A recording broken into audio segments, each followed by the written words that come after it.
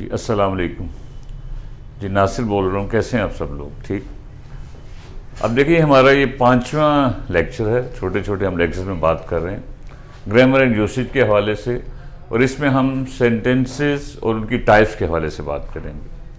पिछले लेक्चर्स में हमने phrases, phrasal verbs, sentence fragments, ठीक है, क्लॉजेज और क्लॉजेज की टाइप्स को डिस्कस किया था। अगर आपको वो चीज़ समझ आ गई हो एक हद तक, तो फिर हम we would be in a position to say something more. हम फिर इस चीज़ को समझने के काबिल होंगे कि सेंटेंस होता क्या है और उसकी इकसाम क्या है। अब एक बड़ा अक्सर हम कहते हैं, एक सवाल जहन में ये आता है, अक्सर लोग कहते हैं जी क्लॉज जो है इसमें और इस चीज़ में आखिर फ़र्क है या नहीं है।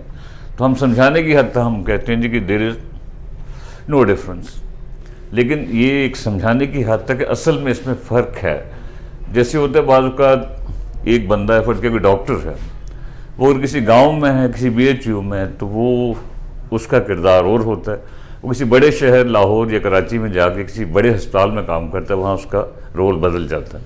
एक तरफ वो एक सारे को कंट्रोल कर रहा होता है, एक तरफ वो एक बड़े सेटअप का एक छोटा सा हिस्सा बनता है। तो इसी किस्म की बात यहाँ भी बनती है। फ़र्ज़ के मैं कहता हूँ आई गो देयर, मैं वहाँ जाता हूँ, फ़र्ज़ के ये कहीं लिखा हो, कोई आपसे कहते हैं ये क्या है, ये क्लॉज है, ये सेंटेंस है, तो हम कहते हैं ये एक सादा सा जुमला है, ये एक सादा सा जुमला है, ये हम कहते हैं एक सिंपल सेंटेंस। क्लियर? फ़र्ज़ किया इधर मैं लिखता हूँ कि ये बीच में मैं सेमी कॉलन डाल रहा हूँ, ठीक है, डॉट के साथ ये ही कम्स हियर, वो यहाँ आता है। देखिए छोटे छोटे जुमलों को अगर आप समझते हैं तो कॉम्प्लिकेटेड या इंटीग्रेट सेंटेंसेस भी इसी पे बेस करते हैं। अगर इसको हम अलग देखें, इसको, तो हम कहते हैं ये भी एक सादा सा जुमला है। अगर हम इन दोनों को अलग अलग लें तो हम कहते हैं ये दो सादा से जुमले हैं। लेकिन अगर हम इनको इकट्ठा लें, जैसे कहीं लिखा हो I go there he comes here, बीच में ये सेमी कॉलन हो, ये आप सब जानते ही हैं, इसकी तफसील हम किसी और लेक्चर में करेंगे, तो हम कहते हैं यहाँ पे ये सादा जुमले, इस इन द होल एक्सप्रेशन, ये सादा सा जुमला भी एक क्लॉज बन गया, ये भी एक क्लॉज है, और ये सादा सा जुमला ये भी क्लॉज बन गया। बात समझ आ रही? अलग अलग हों तो सादा जुमले हैं, लेकिन इस एक्सप्रेशन में टेक्निकली हम कहते हैं ये क्लॉज है, ये भी एक क्लॉज है। जैसे मैंने कहा, फ़र्ज़ किया आई गो देयर, एक डॉक्टर एक बेसिक हेल्थ यूनिट में काम कर रहा है, इंडिपेंडेंस है, सारा चला रहा है, बड़े सेटअप में वो सेटअप का हिस्सा बन गया। तो जब सेटअप का आप हिस्सा बनेंगे तो हम इन दो हिस्सों को अलग अलग लें, सादा जुमले हैं, लेकिन अगर इस सारे को लें और फिर क्या नहीं बताएं ये क्या है, ये क्या है, हम कहते हैं ये भी एक क्लॉज है, ये भी एक क्लॉज है। तो इसमें थोड़ा बड़ा सेटल सा फ़र्क है, बड़ा सेटल आप जानते हैं, बारीक को कहते हैं, ठीक, बारीक सा नाजुक सा फ़र्क। आगे चलें। अब इसमें मेन जो है CSS में अक्सर 4-5 नंबर का सवाल इस अंदाज से आ जाता है कि what are different types of sentences, कि सेंटेंसेस की डिफरेंट टाइप्स क्या हैं, ठीक। तो उसमें हम कहते हैं कि हम कहते हैं इसकी बेशुमार अंदाज से हम इसकी टाइप्स कर सकते हैं, लेकिन एक जो ज़्यादा एग्जामिनेशन पॉइंट ऑफ व्यू से बनता है वो है, हम कहते हैं कुछ को हम कहते हैं सिंपल सेंटेंसेस, हम कहते हैं एक सादा सा जुमला है जी, ठीक, ये सिंपल सेंटेंस। कुछ को हम कहते हैं जी ये कॉम्प्लेक्स सेंटेंस, कॉम्प्लेक्स, ठीक।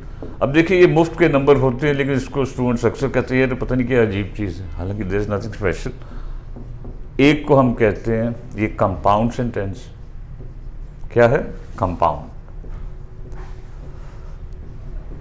और चौथा जो है वो इन दो को मिला के बनता है, इसे हम कहते हैं कॉम्प्लेक्स कंपाउंड, ठीक है। अब ये कम जो है इट्स नॉट दैट कम, यहाँ इससे मुराद है साथ, फलां के साथ फलां, ठीक। या सादा अल्फाज में हम इसका दूसरा नाम देते हैं मिक्स सेंटेंस, मिक्स्ड सेंटेंस। समझ आ रही है बात? तो ये हम कहते हैं 3-4 टाइप्स हैं किसकी, सेंटेंसेस की। कौन कौन सी? सिंपल, कॉम्प्लेक्स, कंपाउंड और कॉम्प्लेक्स कम कंपाउंड या मिक्स सेंटेंस। एग्जाम में आपसे यही पूछता है कि बताएं कि ये जो है नीचे जो सेंटेंसेस हैं इनमें कौन सा सेंटेंस जो है वो क्या है, ठीक, सिंपल है, कॉम्प्लेक्स है, कंपाउंड है। तो जैसे मैंने पिछले लेक्चर में हमने एक बुनियाद बनाई थी कि आपको क्लॉजेज का जब पता लग गया कि इंडिपेंडेंट होती है, डिपेंडेंट होती है, उस बेस पे इनकी हम टाइप्स बनाते हैं। इसको मैं मिटाने लगा हूँ। हम कहते हैं जी कि फ़र्ज़ क्या, हम कैसे कहेंगे कि ये चीज़ सिंपल है या नहीं है। तो उसका हमारे पास जिसे कहते हैं टच स्टोन से हम मुराद लेते हैं किस चीज़ को जांचने का मयार। हमारे पास क्या टच स्टोन है, क्या पैमाना है जिसकी बुनियाद पर हम ये कहें कि ये चीज़ सिंपल है या कॉम्प्लेक्स है या कंपाउंड है। तो अब आप इसमें देखें, हम इसमें पहले हम लेते हैं सिंपल सेंटेंस को। मैंने आपको बताया कि सिंपल सेंटेंस जो है ये एक लिहाज से सेंटेंस होता है और एक लिहाज से इसे हम क्लॉज कहते हैं, जब मैंने ऊपर जैसे बात की। लेकिन एग्जाम में आप कैसे कहेंगे ये चीज़ simple sentence? It's very easy, इसमें कोई ऐसी मुश्किल बात नहीं। सिंपल सेंटेंस वो होगा जिसमें पहली बात तो उसमें एक आइडिया होगा, एक ख्याल होगा, वन आइडिया, ठीक। दूसरी बात ये कि इसमें एक सब्जेक्ट होगा, वन सब्जेक्ट, ठीक हो गया। और तीसरी बात ये कि इसमें एक ही प्रेडिकेट होगा, वन प्रेडिकेट। जैसे मैंने पिछले लेक्चर में बात की थी, प्रेडिकेट से मुराद समझ लें कि उसमें एक प्रेडिकेट होगा, समझ लें कि एक मेन वर्ब होगा, यूँ कह लें, ठीक। तो ये सिंपल सा हमारे पास पैमाना है टू असेस कि ये सेंटेंस सिंपल है। फर्स्ट के मैं कहता हूँ कि we trudge a lot. Trudge आपको पता ही है किसी पैदल सफ़र को कहते हैं जिसमें आप स्पेशली ऑन फुट हों और थक से जाएं, ठीक, थका देने वाला लंबा पैदल सफ़र। वी ट्रज अ लॉट, इसमें अगर आप गौर करें इस सारे का मीनिंग क्या है कि हम बहुत ज़्यादा पैदल सफ़र करते हैं, ठीक। अब आप देखिए इसमें आइडिया एक ही है, थीम एक ही है ना, एक ही बात हो रही है कि हम बहुत ज़्यादा पैदल सफ़र करते हैं। क्लियर? इसका मतलब हम कहते हैं जी ये सिंपल सेंटेंस टाइप चीज़ बन रही। दूसरी मैं कह रहा हूँ कि इसमें सब्जेक्ट एक होता है। इसमें अगर आप देखें जैसे पिछले लेक्चर में हमने कहा कि ये इसका सब्जेक्ट एक ही सब्जेक्ट है ना, वही। और आपको बताया कि सब्जेक्ट के अलावा जो कुछ भी होता है उसे हम कहते हैं प्रेडिकेट। लेकिन उसको भी छोड़े, मैंने आपको बताया कि इसमें जो मेन वर्ब है ट्रज या मूव या वॉक, कोई भी असल लफ्ज़, अगर सब्जेक्ट और वर्ब दोनों मौजूद हों, जिसको मैं वर्ब को ही मैं प्रेडिकेट कह रहा हूँ, ठीक है। हालांकि प्रेडिकेट में तो और चीज़ें भी शामिल होती हैं। तो इसका मतलब है कि एक आइडिया, एक सब्जेक्ट है और एक वर्ब है, या यहाँ पे ये वर्ब ज़्यादा खुद प्रेडिकेट है क्योंकि लफ्ज़ है ही एक। तो सब्जेक्ट के अलावा जो चीज़ बच जाए उसको हम टेक्निकली भी कॉल दैट प्रेडिकेट।